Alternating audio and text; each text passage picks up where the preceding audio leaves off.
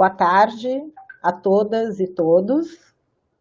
Boa tarde, reitor da URGS, Rui Vicente Oppermann. Boa tarde, reitor da Universidade Federal de Pelotas, Pedro Halal. Pró-reitor de pesquisa e coordenador do 32º Salão de Iniciação Científica, Rafael Hesler. Vice-pró-reitor de pesquisa, Bruno Cássio Neto. No Salão URGS 2020, dentro das atividades do 32º Salão de Iniciação Científica, temos como convidado na tarde de hoje o reitor Pedro Halal, que falará sobre a ciência no combate à pandemia de Covid-19 no Rio Grande do Sul. Agradecemos a todos que prestigiam este momento, autoridades universitárias, professores, alunos e técnico-administrativos, e convido para falar o pró-reitor de pesquisa e coordenador do 32º SIC, Rafael Hesler. Boa tarde a todas e todos. É uma alegria muito grande fazer este momento, que é um dos momentos de abertura do Salão de Iniciação Científica de 2020. Como todos vocês sabem e imaginam, este salão foi um desafio muito grande. Nós tivemos que rapidamente adaptar toda a metodologia de funcionamento para não cancelar o salão, mantê-lo, e fazemos questão, eu acho que os nossos reitores vão concordar, de manter uma atividade viva, uma atividade vibrante, uma atividade com alta participação, alta mobilização. Os números de inscritos e de trabalhos que nós recebemos mostram isso, né, e mostram o sucesso de um grande esforço que foi feito pelas equipes. Nós tivemos nossas equipes trabalhando intensamente nos últimos dias, incluindo os finais de semana, para colocar de pé e organizar esse salão. Então, primeiro, é uma alegria muito grande que o salão está acontecendo desde já. Tenho certeza vai ser um marco de sucesso nesse novo formato, e agradeço a todos os participantes. E nós não poderíamos nos furtar de no início do salão, abordar a temática mais candente do momento, mais urgente, que é a pandemia, e todo o papel que as universidades e a pesquisa científica tem no combate a essa pandemia e na organização deste momento que nós estamos vivendo. É um momento difícil para todos. Então, como ilustração, né, desse esforço, nós fizemos questão de trazer o professor Pedro Halal, que além do trabalho muito destacado como reitor da Universidade Federal de Pelotas, nosso colega de administração central de uma universidade co-irmã aqui no estado, é um dos pesquisadores mais destacados e mais importantes neste momento no país, em termos do acompanhamento e do auxílio nas políticas públicas de combate à pandemia. Né? Então, nós fizemos questão, ele coordena um estudo muito importante de repercussão nacional. Acho que ele vai nos contar um pouco sobre isso. Acho que a apresentação detalhada do currículo do Pedro, um dos melhores epidemiologistas do Brasil e mais reconhecidos, mesmo sendo tão jovem, vai ser dado uma breve apresentação pelo cerimonial, mas eu queria te agradecer muito, professor Pedro Halal. É uma honra te receber, e a gente sabe que a tua apresentação vai nos ajudar muito a entender e ajudar a atravessar esse momento que nós estamos passando. É muito bom poder abrir este salão e abrir com uma palestra tua. Então, muito obrigado a todos que estão aqui nos acompanhando. Né, e vamos rumo a uma semana de muita universidade sempre viva, muito sucesso, muita academia, muita ciência, muito conhecimento, muita educação, aquela balbúrdia do bem que só nós sabemos fazer, né, tão bem.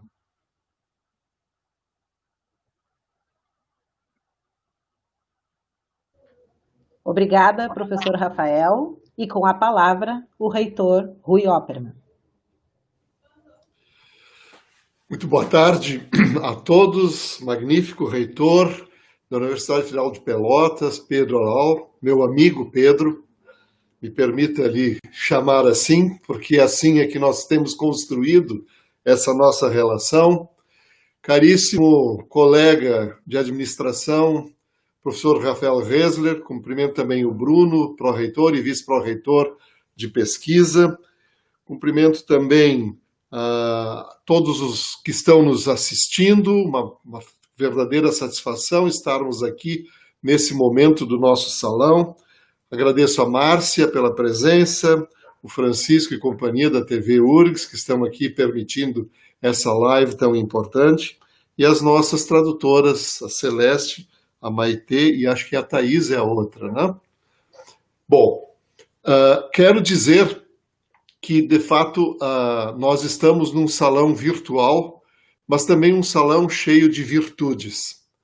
E as virtudes se dão exatamente porque a universidade está se mostrando e está trazendo para dentro toda a nossa comunidade que, junto conosco, virtualmente, está participando dos inúmeros salões que nós estaremos desenvolvendo a partir de hoje. São mais de 3.500 inscrições, não? Que vão desde as mais sofisticadas pesquisas, atividades de extensão, atividades de ensino, de formação dos nossos colegas servidores, e não esquecendo do Finova, que fala sobre inovação e tecnologia, e principalmente o nosso salãozinho, nosso querido salão de iniciação científica para os do ensino básico. Toda essa atividade que sempre foi feita presencialmente está sendo feita agora virtualmente. Mas isso não tira de maneira nenhuma a grande importância do salão para a universidade e para a sua comunidade. E essa importância se dá exatamente por esse momento que nós estamos agora aqui abrindo, com uma grande honra recebendo o pesquisador Pedro Halal, reitor da Universidade Federal de Pelotas, e como o professor Rafael disse, hoje talvez a principal autoridade nacional no que se refere ao enfrentamento da pandemia da Covid-19. Uma jovem liderança na área da pesquisa, mas uma jovem liderança também como reitor da universidade. Assim é que nós temos trabalhado juntos por uma universidade pública, uma universidade gratuita, uma universidade inclusiva, uma universidade autônoma. E o Pedro tem sido um dos líderes principais, não só na região sul, mas em todo o Brasil também nesse plano. Um pesquisador não é apenas aquele que fica embrulhado na sua pesquisa, mas aquele que desembrulha e mostra por que a pesquisa é tão importante. E essas pesquisas que estão sendo feitas nas universidades públicas, mais uma vez mostram que as universidades, sim, são um grande patrimônio do Brasil, um grande patrimônio da nossa sociedade. E os seus resultados são os resultados que nos dão a segurança de que nós superaremos esse desafio da pandemia de maneira absolutamente tranquila. E sobre isso, nós vamos ouvir então agora o Pedro Halal, pesquisador e reitor. Seja muito bem-vindo, Pedro. Muito obrigado por aceitar esse convite. Nós estamos muito felizes e muito honrados com a tua presença aqui.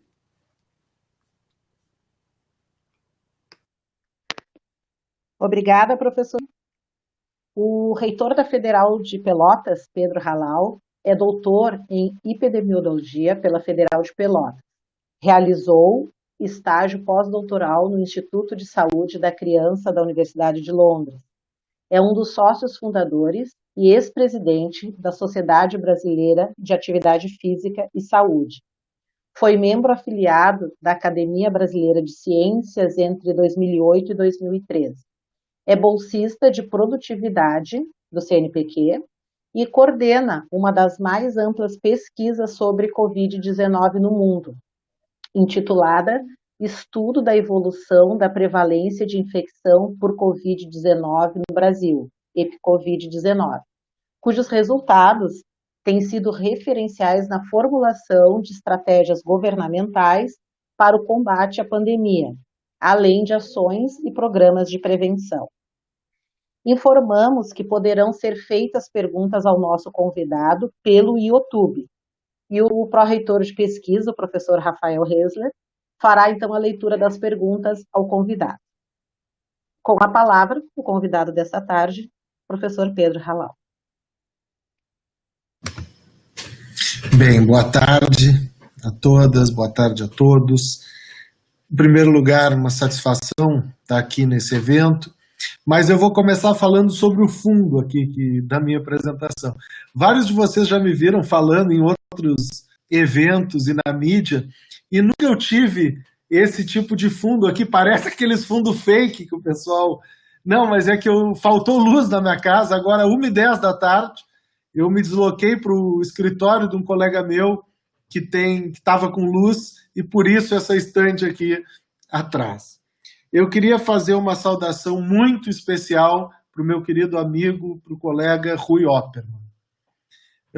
Quando eu fui eleito reitor da Universidade Federal de Pelotas, o Flávio Demarco, que é o nosso pró-reitor de pesquisa e pós-graduação, me disse: olha, Pedrinho, o reitor da URGS é da minha área, de Santa Maria também. E é um grande amigo, é uma daquelas pessoas que tu vai ter orgulho de conhecer como reitor. E realmente o Flávio tinha toda a razão. Eu queria dizer para o Rui que o Rui foi um grande parceiro enquanto reitor na Andifes, é o atual reitor da Universidade Federal do Rio Grande do Sul e é o futuro reitor da Universidade Federal do Rio Grande do Sul, eleito democraticamente pela comunidade da URGS, num processo eleitoral belíssimo que todos nós acompanhamos, e nós, como comunidade acadêmica, não aceitamos nada diferente de que o reitor eleito seja nomeado para administrar a universidade pelos próximos 4 anos. Esse é um tema que não pode deixar de ser tratado nesse momento, quando a gente sabe que várias declarações dadas na semana passada colocam em risco, colocam em xeque a democracia num ambiente tão importante quanto o ambiente da URGS. Eu queria também fazer uma saudação especial ao Rafael, nosso pró-reitor. Rafael, meu colega na época da Academia Brasileira de Ciências. Rafael, ele agora, durante a transmissão, vocês devem ter visto que ele tentou mexer no cabelo, mas não melhorou nada, professor. Só para lhe informar, assim, continua ruim. É muito melhor fazer que nem eu e o professor Rui. A gente elimina o cabelo, porque aí não fica feio assim nas transmissões. Mas eu queria fazer uma saudação especial para a URGS. E eu gostaria de despender assim, uns minutos fazendo uma saudação especial para a URGS, porque eu sou reitor da Universidade Federal de Pelotas, uma co-irmã da URGS, uma universidade que está bombando aí no Brasil, todo mundo tem falado da Universidade Federal de Pelotas nesse momento. Mas eu queria dizer que eu não tenho nenhuma dúvida que a URGS é hoje a melhor universidade federal deste país. Eu tenho um imenso orgulho da URGS, de ser uma universidade do nosso estado, que tem elevado de forma tão brilhante o nome das universidades federais brasileiras. A URGS, ela é referência na área de educação, ela é referência na área de psicologia, ela é referência na bioquímica, ela é referência na psiquiatria, na clínica médica, na minha área, na epidemiologia, na minha outra área, na educação física. Então, a Universidade Federal do Rio Grande do Sul é motivo de orgulho para todos nós gaúchos. Então, quando eu recebi o convite para participar desse evento, eu fiz questão de dizer sim rapidamente para o Rafael, porque a URGS é como se fosse uma ídola para nós. A URGS é uma universidade que nós todos temos um imenso respeito por essa instituição tão brilhante como é a URGS. Eu não podia começar essa fala sem dizer isso e dar uma saudação especial. Eu vi aqui no chat que a Jane, vice-reitora da URGS, também está nos acompanhando. Um grande abraço, uma saudação para a Jane. A URGS e a UFPEL têm em comum de que os vice-reitores são da mesma área. O nosso vice-reitor aqui, o professor Luiz, é da área de letras, colega da professora Jane. Queria também dar uma saudação especial para a professora Raquel, professora da UFPEL, que trabalha num curso que nós temos em Eldorado do Sul, que está nos acompanhando, e para o nosso estudante Tiago, participante do nosso DCE, que também mandou uma saudação aqui no chat. E por último, mas não menos importante, eu queria dar os parabéns para o professor da URGS, Daniel Ampierre, um dos melhores quadros que nós temos na ciência gaúcha, que hoje está de aniversário. Feitas essas saudações iniciais, eu queria... Me pediram para quebrar o protocolo e te pedir uma parte. Por favor. É só para retificar para o público assistindo que nós vamos receber as perguntas pelos comentários no Facebook da URGS TV, não pelo YouTube, como foi dito. Tá? Só corrigindo essa informação. Quem quiser enviar perguntas nos comentários da transmissão que está sendo feita no Facebook da URGS TV. Era isso, Pedro. Obrigado, porque senão o pessoal se confundir para as perguntas. E eu queria aproveitar, quando eu vou começar a falar agora da parte mais temática da palestra, eu queria aproveitar um comentário da Anne Bueno, que menciona aqui professor de educação física por formação. Por que eu vou começar falando disso? Porque eu vou começar falando de epidemiologia. E daqui a pouco, quando eu chegar no final da trajetória da epidemiologia, eu vou explicar por que eu fiz essa menção à fala da Anne sobre o orgulho que eu tenho de ser professor de educação física. Mas começando a falar de epidemiologia, eu queria dizer que a epidemiologia ela é uma ciência que guarda algumas diferenças em relação a outras ciências mais tradicionais. Aquele estereótipo do pesquisador, se o pessoal for no Google e procurar pesquisador ou cientista, vai aparecer alguém de jaleco ou na frente de um microscópio. O epidemiologista não é assim. A gente faz pesquisa na casa das pessoas, a gente vai para a rua, a gente vai conhecer a realidade das pessoas nas suas próprias residências. E o epidemiologista, quando nós começamos a epidemia lá atrás, como área, e nenhum de nós era nascido, como é que a epidemia surgiu? Teve uma epidemia, por que era diferente da atual? Era uma epidemia de cólera, e não era pandemia porque era concentrado em Londres, mas era muito forte, uma epidemia forte em Londres. E o que aconteceu? Ninguém sabia por que um monte de gente estava morrendo em Londres. E aí, um professor médico, John Snow, ele botou num mapa aonde que moravam as pessoas que estavam falecendo de cólera. E ele se deu conta, por raciocínio indutivo, primeiro ele viu que as pessoas todas moravam numa mesma área, ao redor ali da região do Sorro, em Londres, que aliás é uma região bárbara. E ele, por raciocínio indutivo, disse, isso deve ter a ver com a fonte de abastecimento de água. E ele foi lá, desativou a fonte que abastecia aquela parte da cidade de água e conseguiu estancar a epidemia de cólera em Londres naquela época. Eu digo isso para vocês entenderem que nós, epidemiologistas, nós não ficamos em casa durante uma pandemia. A população tem que ficar em casa, mas o epidemiologista não. A gente vai para a rua para entender o que está acontecendo. E esse talvez seja a melhor forma de apresentar a epidemia para vocês. Até por isso, tem uma frase famosa da epidemiologia, que agora está ruim de dizer, mas a frase do Jeffrey Rose diz que o epidemiologista precisa ter uma mente sã e mãos sujas. Pô, mas falar de mão suja nessa época é um horror, tá todo mundo obsessivo, lavando a mão de 5 minutos. Então vamos dizer que é pé na lama. A epidemiologia é esta ciência que vai para a rua, é esta ciência que vai conhecer a realidade da vida das pessoas. E falando disso, e passamos para o próximo item, eu queria falar um pouco sobre a epidemiologia de Pelotas, porque a epidemiologia de Pelotas não começou agora. A epidemiologia de Pelotas tem uma larga experiência que começou lá na década de 80, mas eu acho interessante dizer como é que começou a epidemiologia de Pelotas. Nem todo mundo sabe dessa história. Talvez o Rui saiba, mas não sei se todo mundo sabe. O professor Fernando Barros, que é pediatra e epidemiologista, e o professor César Victora, eles começaram a achar que a estatística oficial de mortalidade infantil estava errada. Isso era 1980. Eles diziam assim, não, mas não pode. Tem mais criança falecendo do que aparece na estatística oficial. Deve ter algum erro na estatística oficial. Isso fez com que eles começassem o estudo, que é a corte de nascimento de Pelotas. Mas por que eu estou frisando isso? Porque vocês vão ver que quase 40 anos depois, o EpiCovid foi criado exatamente pelo mesmo motivo. Nós imaginávamos que as estatísticas oficiais da Covid-19 não estavam mostrando tudo. E que precisaria ir a campo para a gente conhecer a realidade da pandemia. É a mesma coisa que eles fizeram na década de 80. O que aconteceu na década de 80 depois que eles foram a campo? A primeira coisa é que eles confirmaram. Tinha mais mortalidade infantil de verdade do que aparecia na estatística oficial. Os sistemas de registro em 1982 eram muito mais falhos do que hoje.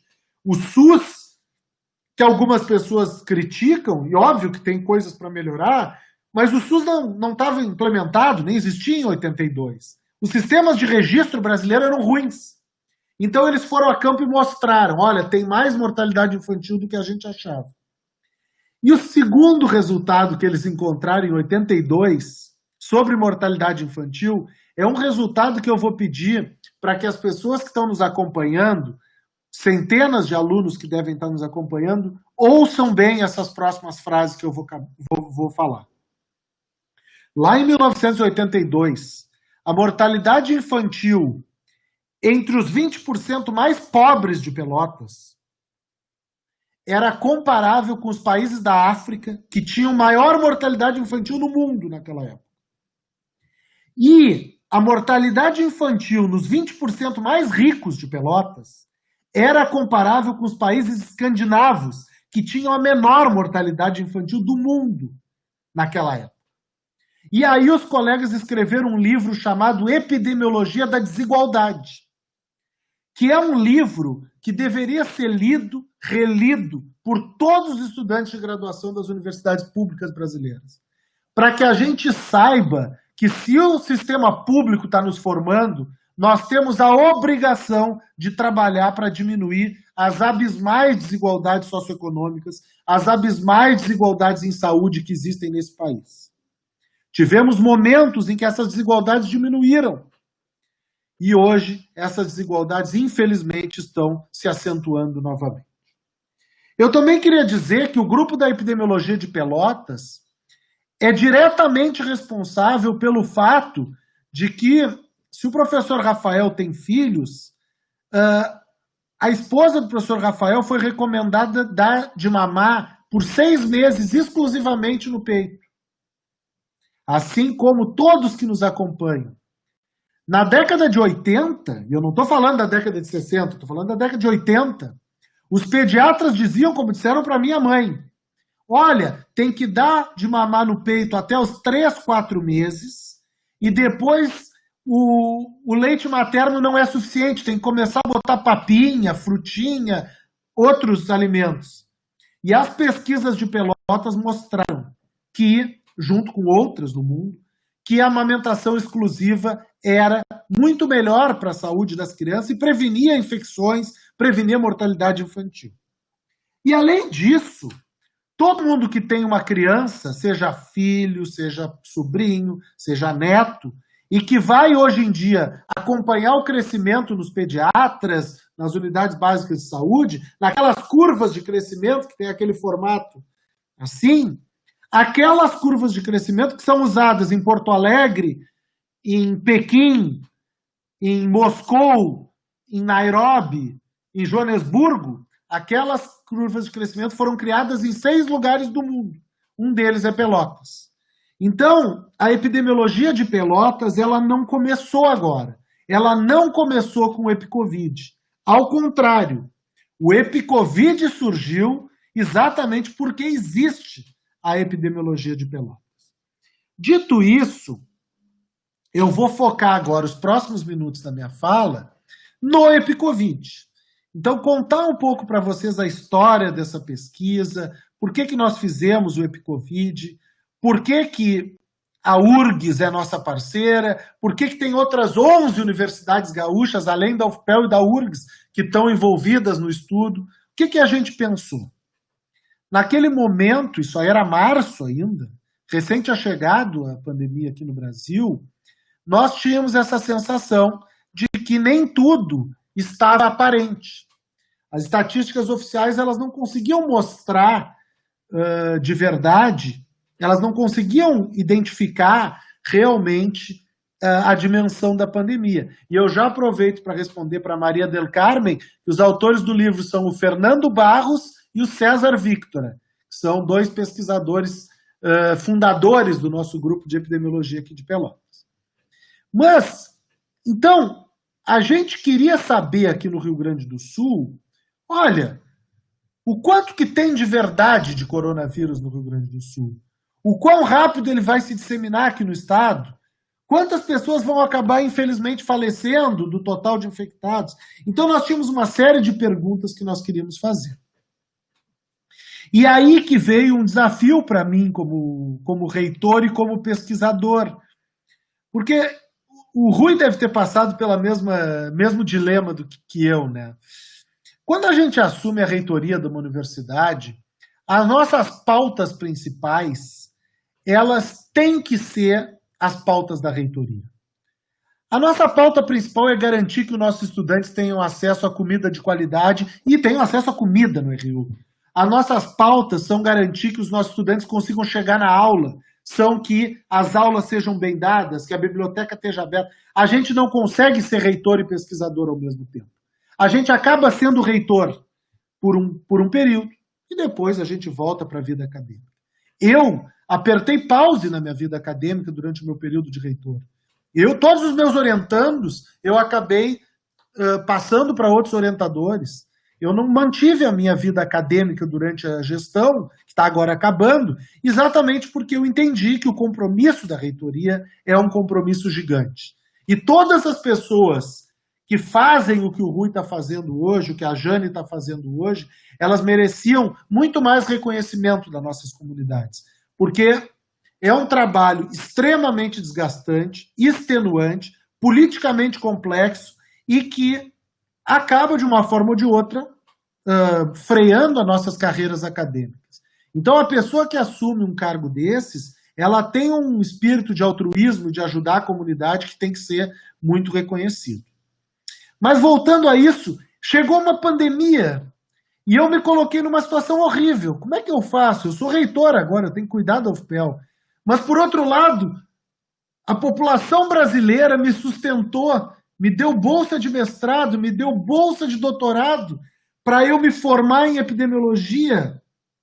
Como é que eu vou fazer? Eu não posso ser epidemiologista e na hora que a sociedade mais precisa de mim, eu não vou atuar como epidemiologista. E aí a gente, então, eu tive que fazer esse trabalho maluco de empilhar dois chapéus na mesma cabeça. Eu mantive o chapéu de reitor e fui obrigado a vestir o chapéu de pesquisador para que a gente botasse na rua o EpiCovid.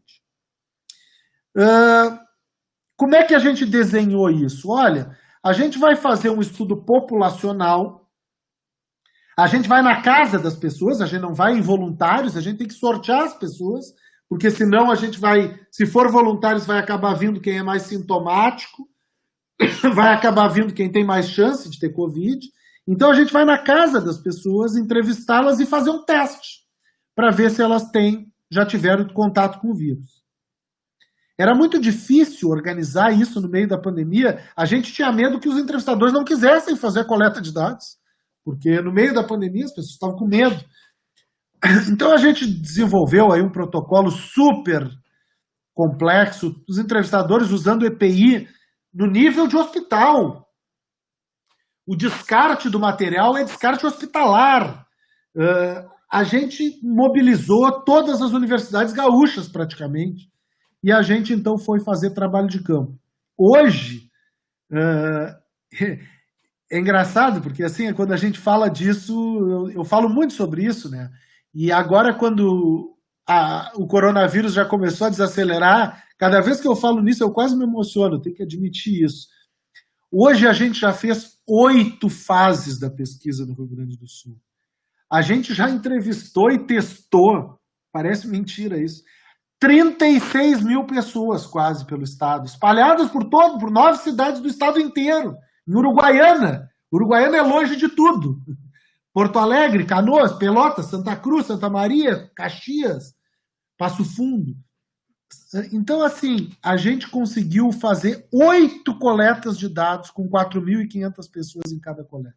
E a gente conseguiu descrever o que está acontecendo com a pandemia no Estado.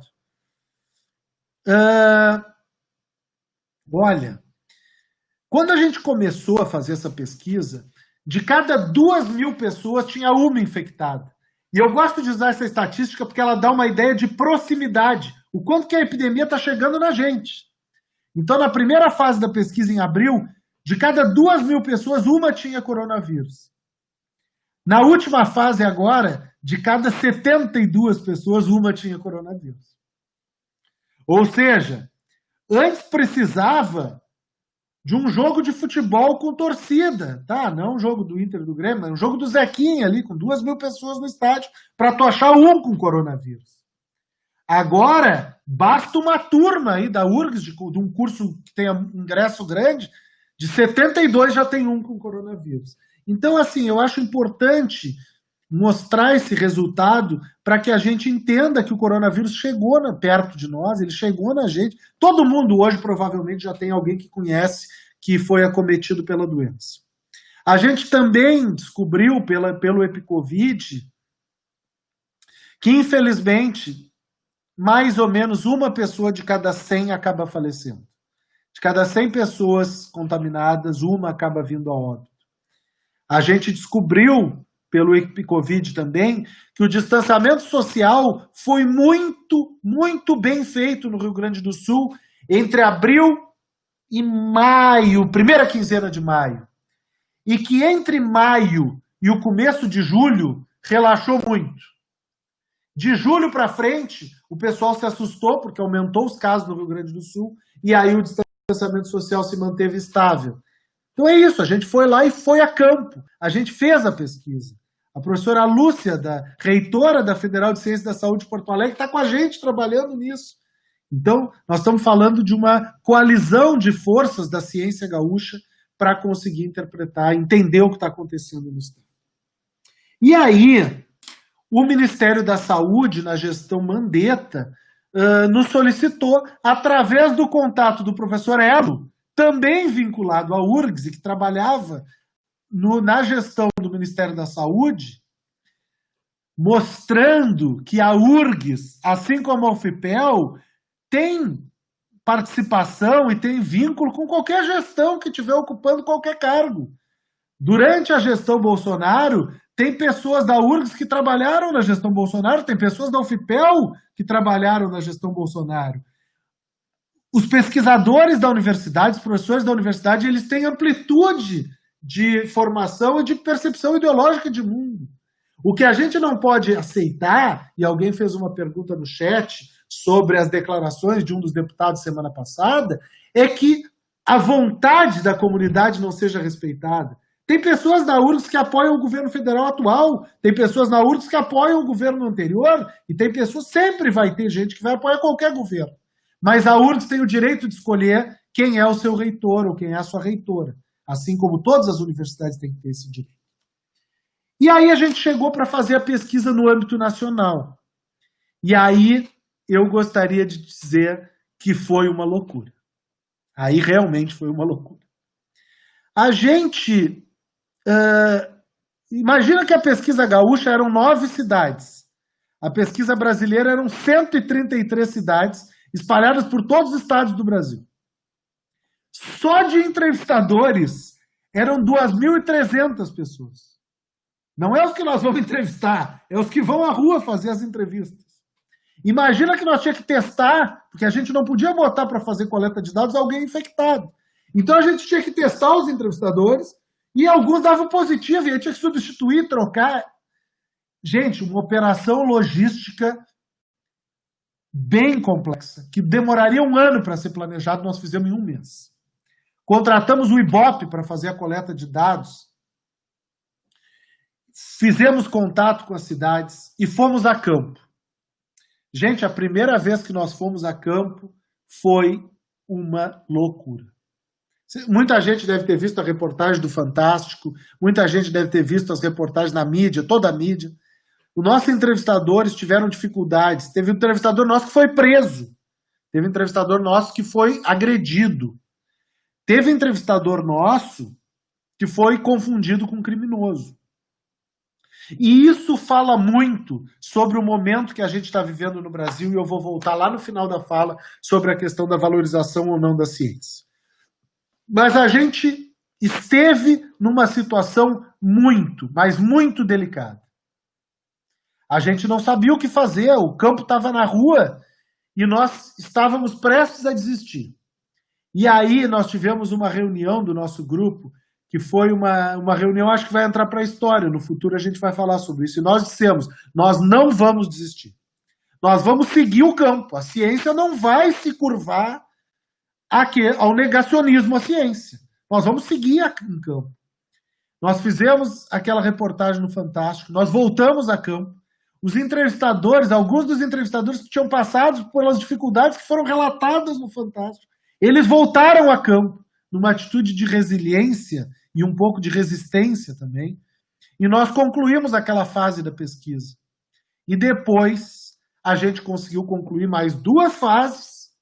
O Ministério da Saúde disse que não ia mais financiar, nós conseguimos apoio do Todos pela Saúde, vinculado ao Banco Itaú, da FAPESP, e já fizemos a 4ª fase da pesquisa, vamos divulgar amanhã os resultados. Faremos a 5ª e faremos a 6ª fase do estudo nacional. Então, eu acho que o EpiCovid ele tem também esse componente de a ciência se mostrar, a ciência se levantar e dizer, nós somos relevantes para essa sociedade que nos sustenta. Eu vou falar aqui rapidamente dos principais resultados do EpiCovid, porque muita gente quer saber isso. Olha, mas o que essa pesquisa encontrou? O que todo esse esforço, o que ele trouxe de novidade? Então vamos lá. Eu acho que o primeiro resultado para se destacar é que criança também pega Covid. No começo da pandemia não se sabia tanto isso. E o EpiCovid mostrou que criança pega tanto quanto adulto. E isso fez com que mudasse o entendimento sobre essa doença. O segundo resultado que eu vou destacar é, fazendo a conexão com o livro que o professor César e o professor Fernando escreveram lá atrás, foram as desigualdades. E eu vou focar em 3 tipos de desigualdades que o EpiCovid mostrou.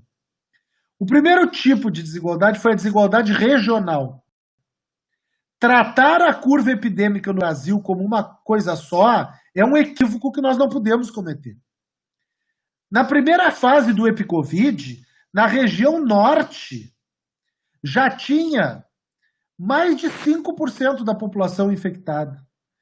Nas outras regiões do Brasil, naquela época, era menos de 1%. Na segunda fase, no norte era 10%. No nordeste já tinha subido para 3 ou 4%. E nas outras regiões era menos, o sudeste um pouquinho mais. Sul e centro-oeste quase não tinha. Na terceira fase, começou a aparecer mais forte no sul e no centro-oeste. Ou seja, tem desigualdades regionais marcantes no coronavírus. E mesmo agora que o coronavírus chegou no Rio Grande do Sul, a gente encontra prevalência de 1,5%.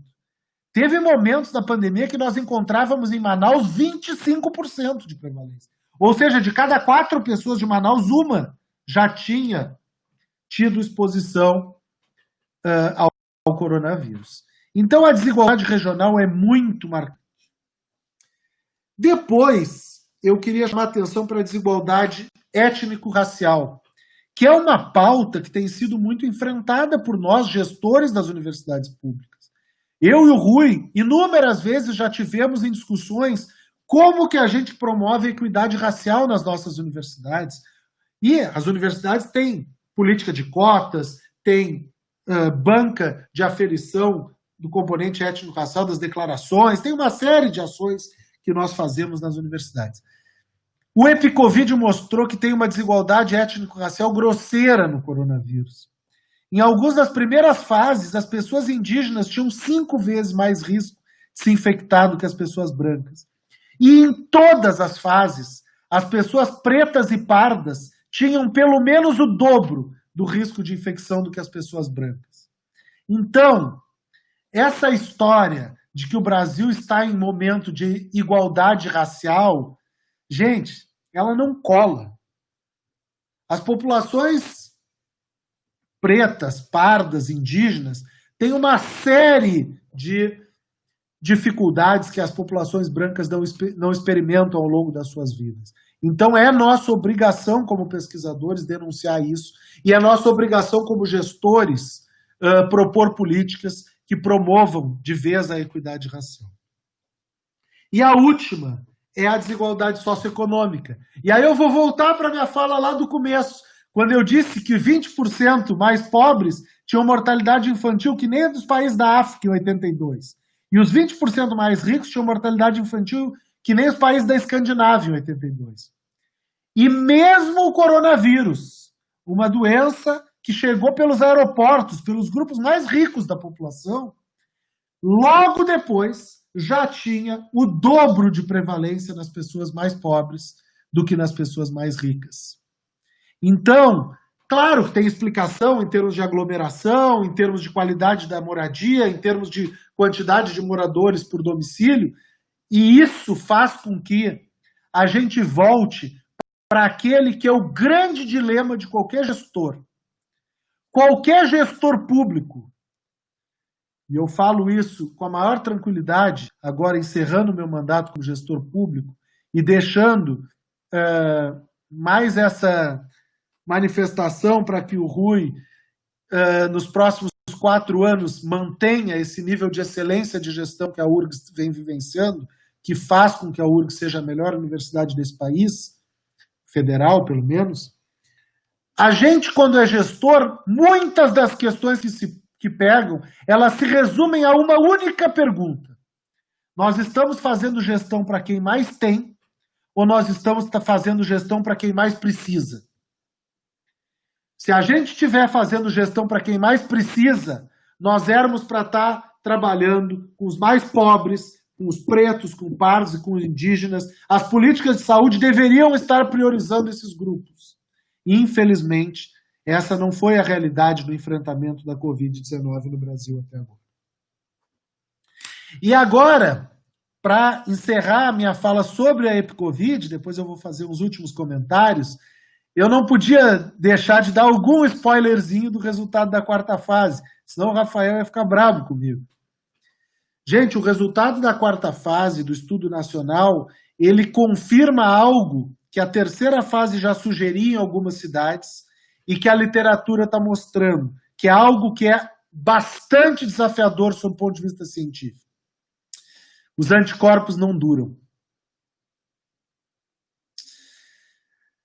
Há uma queda grande no percentual da população infectada. Tem uma série de estudos no mundo mostrando isso, o que torna o combate da Covid-19 ainda mais desafiador. Felizmente, tem algumas evidências que mesmo sem anticorpos, em níveis detectáveis pelos testes, ainda há uma certa imunidade, pelo menos por um tempo a mais. Mas, infelizmente, os dados do EpiCovid começam a sugerir que, quando tivermos vacina para o coronavírus, felizmente vai ser em breve, não vai ser vacina de tomar uma dose e estar protegido para o resto da vida. Muito provavelmente, nós trabalharemos com vacinas que tenham que ser em várias doses e talvez até seja como a vacina da gripe que nós teremos que fazer todos os anos. Esse talvez seja o grande resultado da nossa 4ª fase do EpiCovid. Eu vou aproveitar e responder aqui a pergunta da Flávia, porque eu ainda estou no tema do EpiCovid, sobre as diferenças de gênero. No coronavírus não teve nenhuma diferença entre homens e mulheres. Em todas as fases, as 4 fases da pesquisa, o percentual de infecção foi muito parecido nos homens e nas mulheres. Diferente da questão da idade, por exemplo, diferente da questão socioeconômica e diferente da questão étnico-racial. Em relação a gênero, em relação a diferenças entre homens e mulheres, o EpiCovid não identificou diferenças, embora a gente encontre diferenças marcantes em relação à adesão ao distanciamento social. As mulheres aderindo mais ao distanciamento social do que os homens. Aliás, vamos falar a verdade, em tudo as mulheres são melhores que a gente. Também nisso, elas respeitam mais uma política de saúde do que nós, homens. Pessoal, os últimos minutos da minha fala, já respondendo rapidinho para o Dante, Não, o Dante Baroni não, o Dante Baroni é um auditório. Respondo que a vacinação no primeiro semestre do ano que vem. Eu queria... Pedrinho. Oi. O Dante Baroni é professor da nosso Instituto de Informática, colega aqui da URGS. Pô, é professor da informática familiar do Dante Baroni, aquele do... Neto dele. Obrigado, Dante. Prazer te conhecer. Dante Baroni, que é o nome do nosso auditório da Assembleia Legislativa, tô correto? Exatamente, é isso. Então, prazer te conhecer, Dante. Pessoal, assim, eu vou perder os últimos 5 minutos respondendo sobre algumas questões mais específicas aqui. Primeiro, falando sobre a questão das escolas. Eu já me manifestei, inclusive numa live, junto com os colegas do governo do Estado, de que eu sou contrário à retomada das atividades nesse momento. Para mim é um equívoco. Assim como a gente sempre dizia que quando a curva estivesse na descendente, a gente tinha que retomar as atividades gradativamente, eu acho um grande erro que a gente se apresse nesse nível de já retomar atividades escolares. Nas atividades escolares, nós não vamos conseguir controlar as crianças. As crianças vão transmitir umas para as outras. Não tem motivo de não esperar mais pelo menos um mês para a gente repensar se devemos ou não voltar às atividades escolares. As crianças, pelo EpiCovid, pegam Covid tanto quanto os adultos. Elas transmitem também. Claro que o quadro viral delas é menos grave do que o dos adultos, mas isso não significa que o familiar dela que vai ser infectado vai ter o quadro menos grave também. Então essa é a minha preocupação. Depois eu queria dizer algo que eu tenho falado em algumas manifestações, eu vou repetir aqui, que tem 3 conceitos que são fortalecidos dessa pandemia e nós temos que reconhecer. É muito difícil de falar alguma coisa positiva da pandemia. Porque morreu um monte de gente, ainda morre um monte de gente. Está baixando a média móvel? Tá, mas ainda morre 700 e poucas pessoas por dia no Brasil. Então, até por respeito a essas famílias, não dá para falar em efeito positivo da pandemia. Mas dá para falar que 3 conceitos saíram fortalecidos dessa pandemia. O primeiro conceito é o conceito de SUS. O Sistema Único de Saúde, que é tão criticado, não colapsou. Aqui no Brasil não aconteceu o que aconteceu na Itália, das pessoas tendo que escolher quem é que seria tratado. Com todas as dificuldades do SUS, com toda a falta de valorização e falta de financiamento, o SUS se levantou e acolheu a nossa população, tratou a população, tratou com carinho a nossa população. Então, o SUS tem que ser muito valorizado. Se ele conseguiu fazer isso subfinanciado e subvalorizado, imagina quando o SUS for valorizado e for financiado. A segunda palavra, o segundo conceito é a ciência. A gente teve que se acostumar com algumas pessoas questionarem se a Terra era plana. A gente teve que se acostumar com as pessoas colocando em xeque alguns dos conceitos científicos mais básicos. Olha, a ciência brasileira tem corte de bolsa, tem corte de financiamento, e quando a população brasileira mais precisou da gente, a gente se levantou como cientista e a gente esteve aqui. Tem brasileiro envolvido em estudo de vacina, tem brasileiro envolvido em estudo de medicamento, tem brasileiro envolvido em estudo epidemiológico, tem brasileiro envolvido em todas as pesquisas de ponta do mundo sobre coronavírus. Então, a ciência brasileira se ergueu nesse momento também, e isso tem que ser reconhecido. E o terceiro conceito, que saiu muito forte da pandemia, é o conceito de universidade. Especialmente as nossas queridas universidades federais, que também estão com problemas de financiamento, que também foram desvalorizadas recentemente. Era dito o lugar da balbúrdia. As universidades federais, ao invés de fazerem birra e dizerem, vocês não nos valorizaram, nós vamos cruzar os braços. Não. As universidades federais produziram muito, não só do conhecimento científico sobre coronavírus. As universidades federais montaram laboratório para fazer testagem de Covid. A URGS fez, a UFPEL fez, outras fizeram. As universidades federais produziram álcool gel quando faltava para a população. As universidades federais produziram máscara. Então, a ciência e os cientistas, as universidades e o SUS estiveram à disposição quando a população mais precisou da gente. E isso tem que ser reconhecido. Nós, pesquisadores, fomos desafiados a falar em público num nível que a gente não estava acostumado. Ou vocês acham que eu estava acostumado a falar com a mídia com a frequência que eu tenho falado? Eu não estava. E se vocês compararem minhas falas de março e abril com as de hoje, vocês vão ver que a própria fala minha mudou. Porque os cientistas aprenderam também a se comunicar melhor com o público. Porque a gente também tem defeitos, a gente tem problemas, a gente falava muito para nós mesmos. E a pandemia nos obrigou a falar com a sociedade através da mídia. A pandemia nos obrigou a questionar os prazos de pesquisa que a gente trabalhava. O Epicovid divulga os resultados logo após que acabar a coleta de dados. E ao mesmo tempo que isso é arriscado, nos tira da zona de conforto, a gente tira a rodinha, se estivesse andando de bicicleta, isso nos aproxima das pessoas. Então, a ciência aprendeu muito com a pandemia também, assim como a pandemia aprendeu muito com a ciência. Eu gostaria de encerrar, então, para abrir para as perguntas, fazendo um novo apelo para que as pessoas que dirigem o nosso país respeitem a decisão da comunidade da URGS. Nomeiem o reitor que foi eleito democraticamente, num processo lindo, extremamente participativo, com chapas que disputaram ideias, tiveram votações mais expressivas num grupo ou no outro grupo, mas nas regras estabelecidas pela URGS, uma chapa foi eleita para administrar a universidade.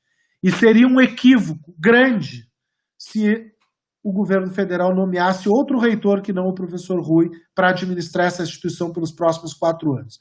E isso eu não falo pela relação de confiança, de amizade, de admiração que eu tenho pelo Rui. Se o Rui tivesse perdido a eleição, eu estaria aqui fazendo a mesma fala pela nomeação de qualquer um dos outros candidatos que tivesse sido escolhido pela comunidade. Então, que as pessoas tenham a sensibilidade de entender que a URGS fez uma escolha, e essa escolha tem que ser respeitada, ainda mais quando se trata da melhor universidade federal que tem esse país.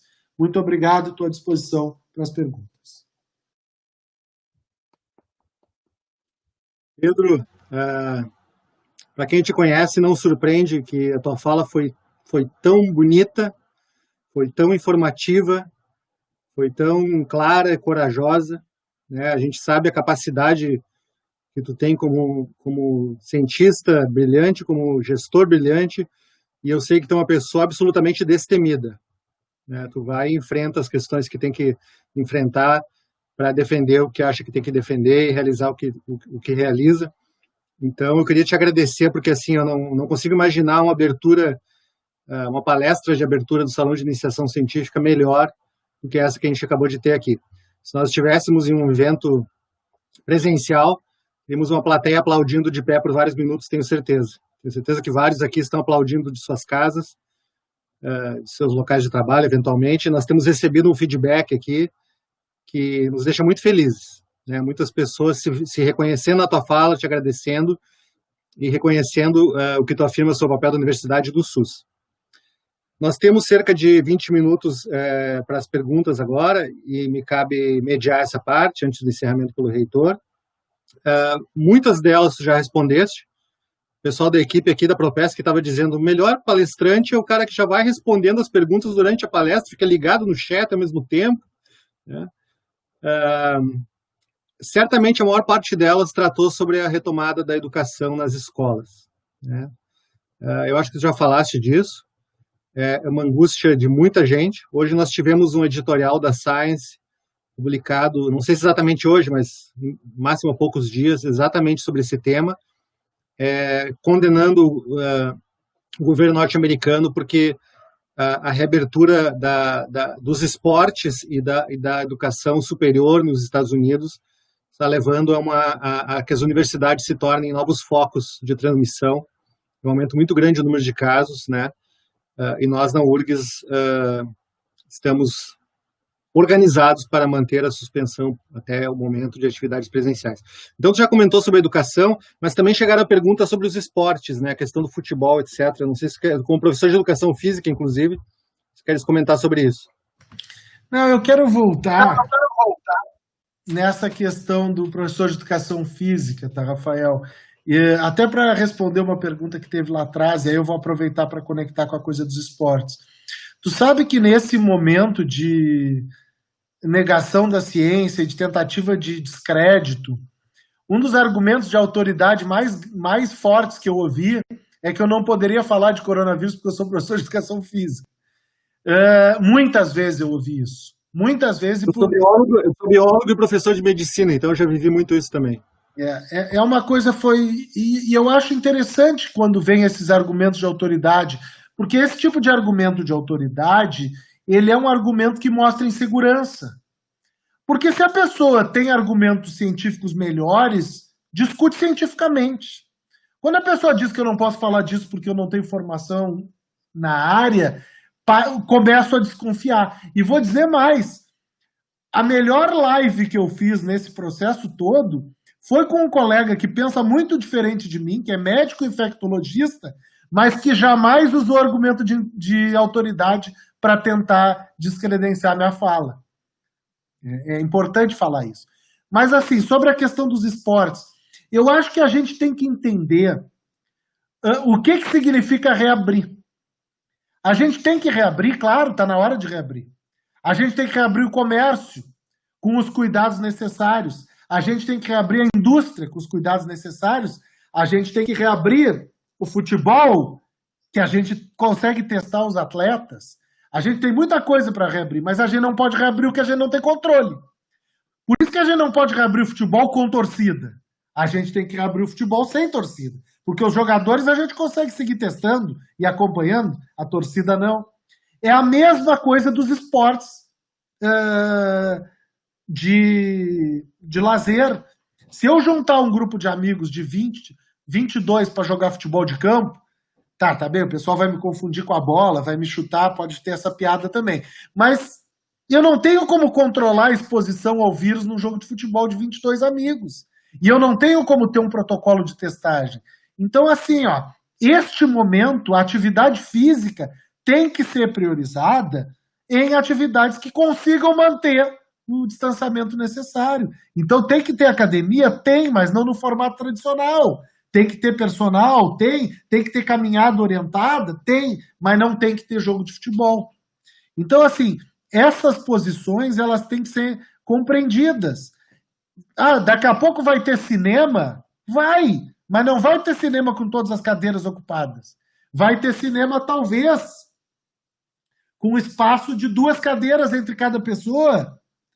A gente vai ter que entender que até termos a vacina, nós teremos que nos adaptar. Escolinha de futebol? Não é momento de retomar ainda, que nem o colégio. Na minha percepção, não sou dono da verdade, eu não retomaria essas atividades agora. Eu esperaria com que... Porque dizer a média móvel está caindo, mas está 700 mortes por dia ainda. Quando a gente tiver com a média móvel lá embaixo, aí sim vamos pensar em retomar essas atividades mais coletivas.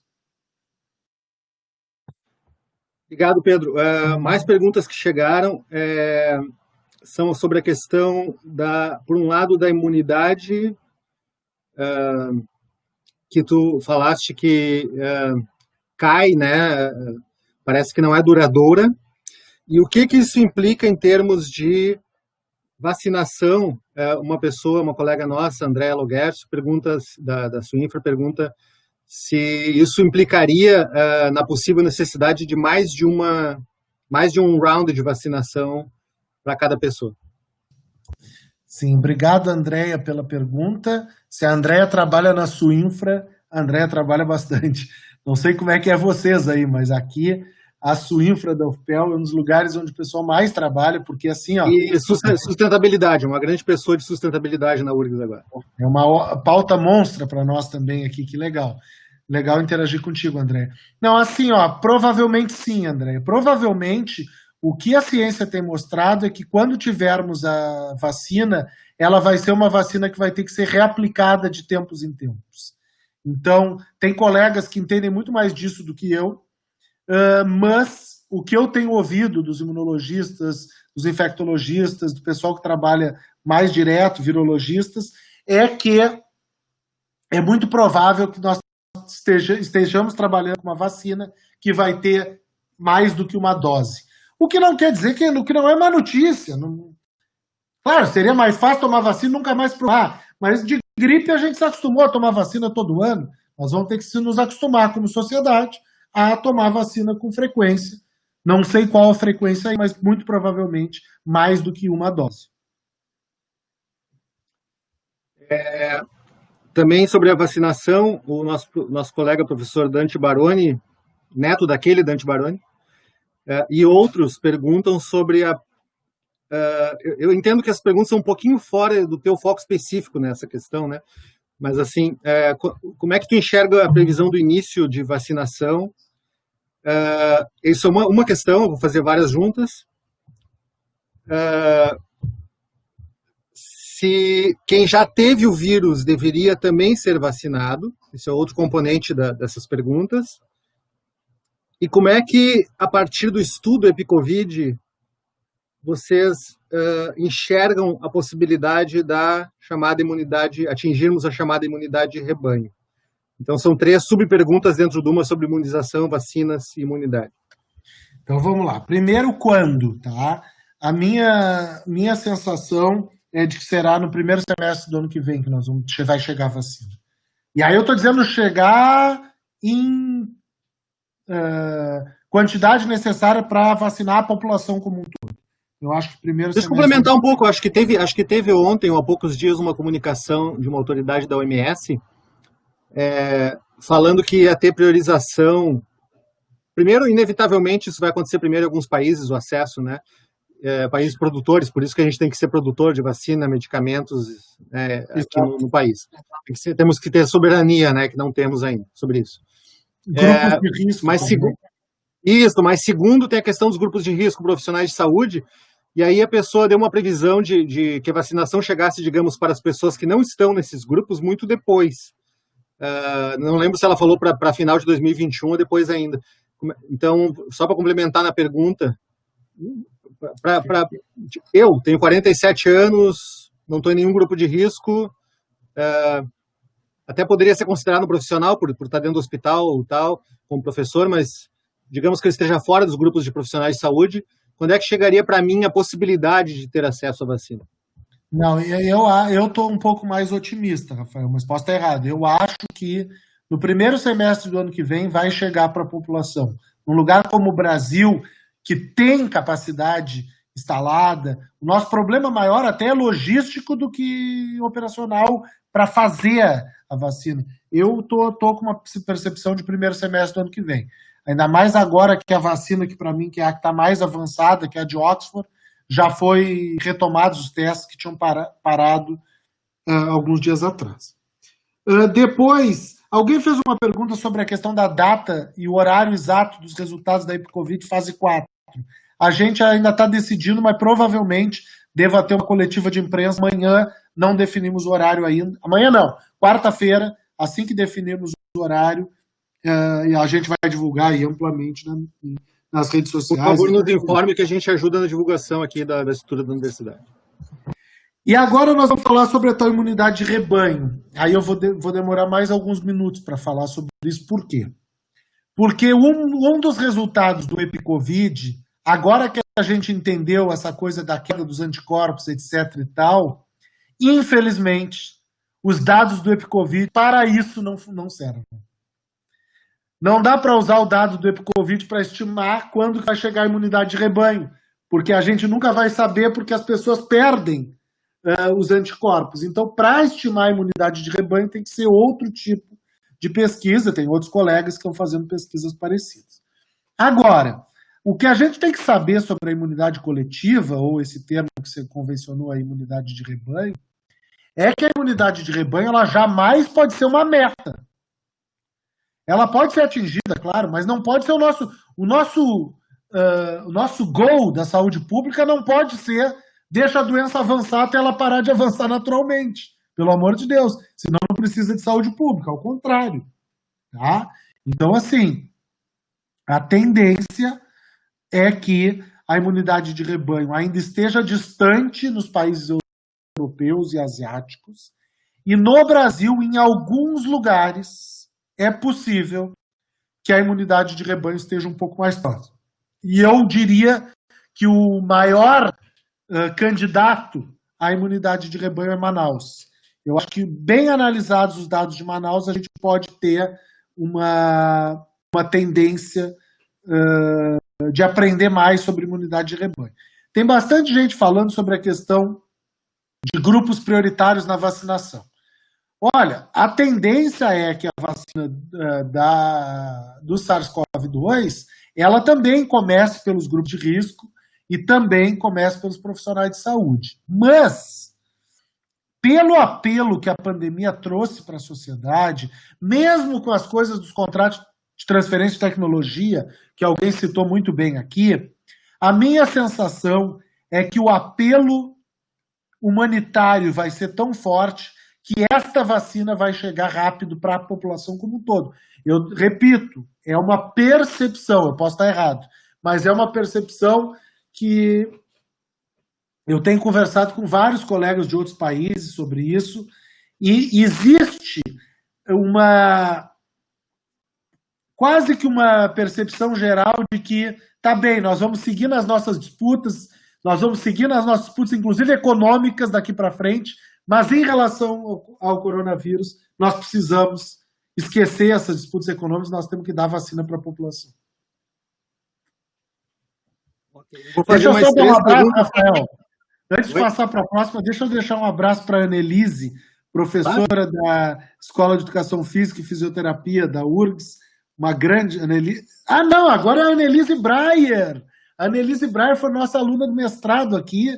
A Annelise Gaia estava falando antes, lá da Educação Física e da Fisioterapia. A Annelise Breyer trabalha na Secretaria de Saúde de Porto Alegre, não sei se ainda trabalha. Belíssimo trabalho, foi minha colega aqui na época do mestrado. Um abraço para a Annelise também. Muito bom. Abraços para as Annelises. Para as Annelises. O Jerônimo Menezes está nos acompanhando, pergunta. Eu vou fazer mais 3 perguntas, tá? Por causa do nosso limite de tempo, antes do encerramento. Eu quero dizer para todos que estão acompanhando, que não tiveram suas perguntas respondidas, que nós vamos compilar, enviar para o professor Pedro Halal. E como ele vai sair em breve do cargo de reitor, ele vai ter tempo livre para poder se debruçar e responder com cuidado todas as perguntas que ele receber. O Jerônimo Menezes pergunta sobre as diferenças entre as vacinas chinesa, russa, belga e inglesa. Sabemos algo sobre isso em detalhe ou não? Vou emendar a segunda pergunta do nosso colega, uma pergunta muito boa do nosso colega, que é secretário das Relações Internacionais da URGS, professor Nicolas Maynard, sobre a questão de que o combate à pandemia deve ter uma articulação internacional. Quer dizer, se o Brasil faz sozinho e a Colômbia, Chile, Argentina, Uruguai não fazem, ou vice-versa, e dentro dessa articulação entre países das mesmas regiões, né, onde entra a OMS e como está o Brasil na participação na OMS, na liderança lá? É uma pergunta bem ampla, bem complexa, mas vou emendar ela e depois te faço a pergunta final e daí nos encerramos. Obrigado a todo mundo que está acompanhando e que está participando. O Jerônimo vai ficar decepcionado com a minha resposta. Jerônimo, eu não sei muito sobre a diferença entre as vacinas. Não é a minha área de estudo. O que eu tenho de informação para trazer, basicamente, é que, felizmente, parece que essas vacinas, todas que estão chegando nos últimos estágios, nas últimas fases de testagem, elas conferem alguma imunidade. O que não se sabe ainda é de quanto tempo, etc. e tal. Então, eu não tenho como comparar a belga com a chinesa, com a inglesa, porque eu não entendo o suficiente, mas parece que todas elas, ou quase todas elas, pelo menos, funcionam. A pergunta do Nicolás é muito interessante.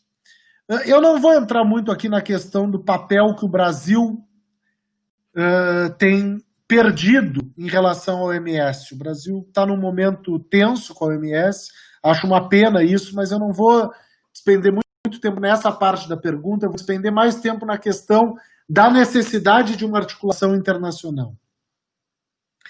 Por que eu vou falar isso? Porque eu vou responder para o Nicolai elogiando o próprio trabalho que ele faz e que a URGS em geral faz, o Rui faz, a Jane faz. A URGS, há muito tempo, tem essa percepção do quanto é necessário trabalhar em rede, especialmente em colaboração com os nossos colegas aqui da América do Sul. A URGS é talvez a principal líder entre as universidades brasileiras nos nossos consórcios de trabalho conjunto com outras universidades da América do Sul. Então, assim, é tão importante para a educação quanto é importante nesse momento para a saúde pública. A gente tem que entender que enquanto estivermos trabalhando em rede, colaborativamente, a gente é mais forte. Os trabalhos individualizados, eles, claro que eles têm benefícios, mas o benefício é mais curto, ele é menos duradouro. O EpiCovid é o exemplo. Por que o EpiCovid dá certo? Não é por causa da UFPEL. Ele dá certo porque são 13 universidades trabalhando juntas. Então, eu acho, Nicolás, que a questão central aí é para a distribuição de vacina, para a pesquisa epidemiológica sobre coronavírus, para a pesquisa de medicamento, para a política de saúde, quanto mais os países da América do Sul, pelo menos, trabalharem articulados, melhor será o resultado para a nossa população. Mas aí nós temos que ter maturidade política. Nós temos que entender que os países da América do Sul, eles não são nossos parceiros dependendo de quem é o gestor. Eles são nossos parceiros porque são nossos parceiros, independente de quem for o gestor. O Brasil não pode escolher se relacionar com os países com os quais o governo do Brasil tem simpatia com os governos dos tais países. A diplomacia não é assim que ela é feita. A diplomacia é institucional. Eu, como reitor da UFPEL, eu sou obrigado a manter o mesmo vínculo com a Prefeitura de Pelotas, que é do PSDB, e com a Prefeitura do Capão do Leão, onde também tem UFPEL, que é do PT. Independente, porque a minha parceria é institucional. O Brasil tem que entender que nas relações internacionais, o Brasil é um parceiro institucional dos outros países, independente de quem for o nosso presidente, ou quem for o presidente ou a presidenta dos outros países. Esse ponto é muito importante, Pedro, né? Porque nós que somos gestores de universidades públicas, que são bens públicos do Estado brasileiro, e todas as equipes, né, que trabalham nisso, nós somos servidores do Estado brasileiro. Nós não somos servidores desta ou aquela. Então, às vezes, é usado contra, né, as gestões universitárias a questão do partidarismo, mas podem ficar certos de que nós estamos aqui atendendo à população e ao Estado brasileiro e não ao governo de plantão. Nós nos relacionamos institucionalmente, como o Pedro falou, com todas as organizações, independente de tendências políticas em nível nacional e internacional. O nosso reitor, Rui Oppermann, que vai fazer o encerramento, teve um problema de conexão, está tentando voltar. Eu queria te fazer uma pergunta bem ampla e desafiadora. Como nós temos que esperar o reitor chegar, tu pode usar todo o tempo que quiser. Nessa trajetória desses meses de liderança do EpiCovid, de batalha contra a pandemia, qual foi é uma pergunta até pessoal, de certa forma, qual foi o momento em que tu ficaste mais animado, mais otimista e disse o Brasil vai conseguir, por esse e aquele motivo, sair bem dessa história, e qual foi aquele motivo em que tu ficaste mais desanimado e achando que nós não estaremos tão bem quanto poderíamos? Bem, Rafael, então eu vou responder essa última pergunta e depois o Rui já está aqui para fazer o encerramento da nossa atividade. Olha, Rafael, é legal quando faz uma pergunta assim, porque meio que desestrutura a gente para responder, né? Porque a gente não costuma nessas falas... Essa era a ideia, era te desestruturar. Não, então olha aqui, cara, primeiro eu vou te dizer uma resposta importante, assim. A batalha mais importante nós perdemos cedo, que é a batalha da testagem. O Brasil abriu mão de fazer testagem em larga escala e de fazer busca ativa dos contatos, rastrear contatos no começo da pandemia. Isso foi o que diferenciou o mundo oriental do mundo ocidental. O Brasil perdeu a maior batalha no começo da pandemia. A gente optou por não testar em larga escala, não foi priorizado isso. A gente ficou discutindo se cloroquina resolvia o problema ou não, lockdown, distanciamento social, e a gente não enfrentou o que é o maior tema, que é o tema da política de testagem. Então, eu começo por aí. Depois, eu vou te dizer o momento mais emocionante ou gratificante. Tem um vídeo que a gente não divulgou ainda. A gente vai escrever, óbvio, tu imagina que a gente vai escrever um livro sobre o EpiCovid, né? Porque o EpiCovid não dá para escrever artigo. Já tem artigo na Nature Medicine, Lancet Global Health, vai ter um monte. Mas o EpiCovid tem que escrever um livro. É só livro que vai contar. Sugiro um filme. Talvez um filme. Tem, o pessoal do cinema aqui é forte, é uma boa ideia. Teve um momento no meio disso tudo, Rafael, que o pessoal gravou um vídeo com uma pessoa que foi entrevistada em sua casa. Cara, é um troço de arrepiar. Esse vídeo nunca foi divulgado ainda, porque a gente sempre pensou quando nós vamos divulgar esse vídeo. Aquele foi o momento mais legal.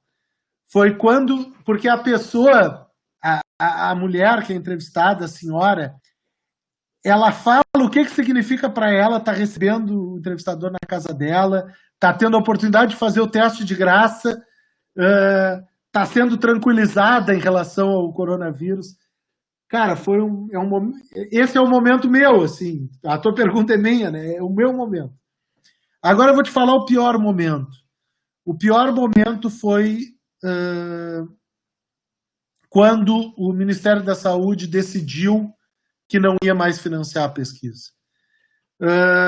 Porque a gente estava falando sobre isso, né, Rafael? Sobre a política de Estado e a política de governo, sobre o papel institucional e o papel...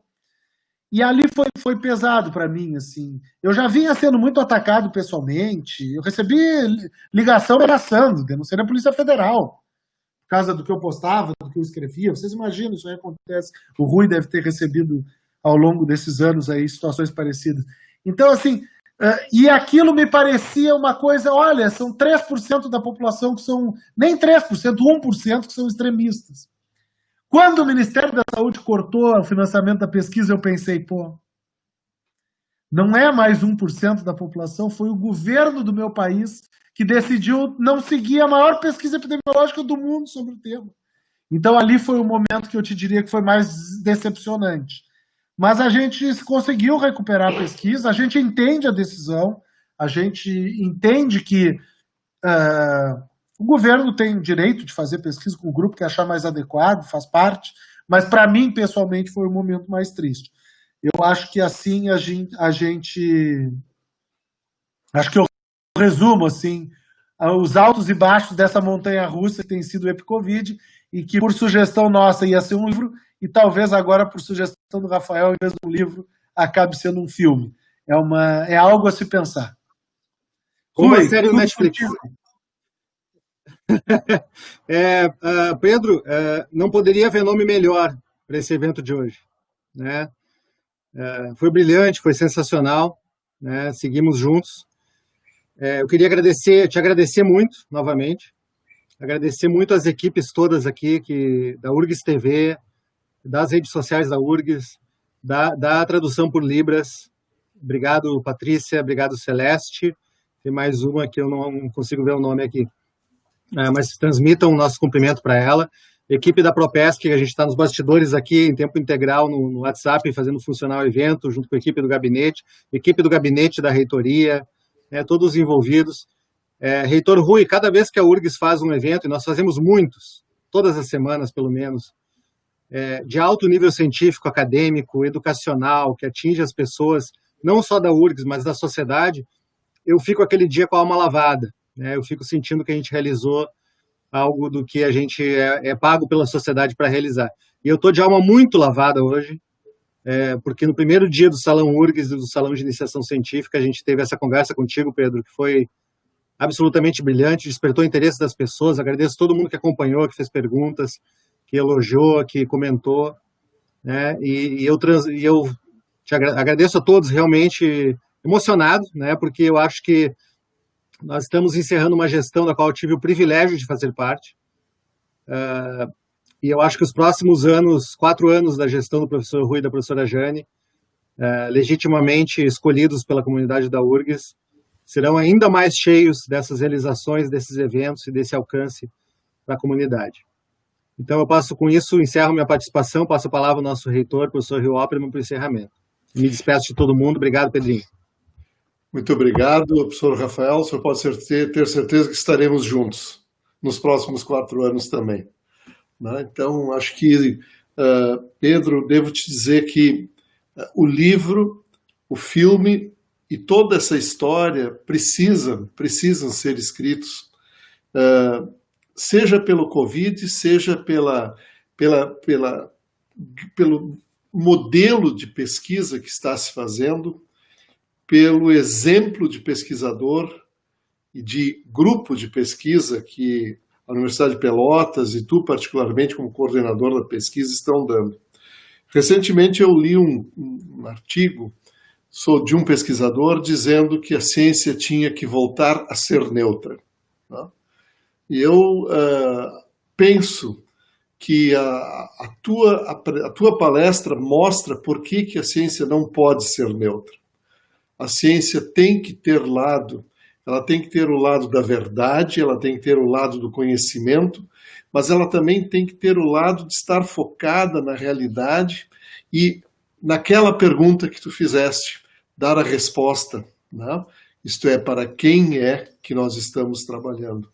E eu acho que de todas as coisas bonitas, as coisas importantes, interessantes, sensíveis da tua apresentação, o exemplo de um pesquisador comprometido fica marcado como um grande exemplo num salão onde a iniciação científica é tão importante, onde os estudantes são a grande maioria e os exemplos de pesquisadores comprometidos precisam, sim, ser lembrados sempre e mostrar que é assim que a gente faz pesquisa, apesar de todas as dificuldades.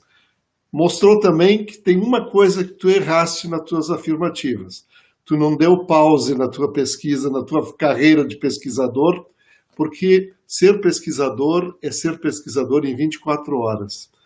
E o reitor pesquisador da UFPEL, né, foi tão brilhante como reitor, como ele é como pesquisador. As coisas se juntam, as coisas se conectam, a pessoa é uma só.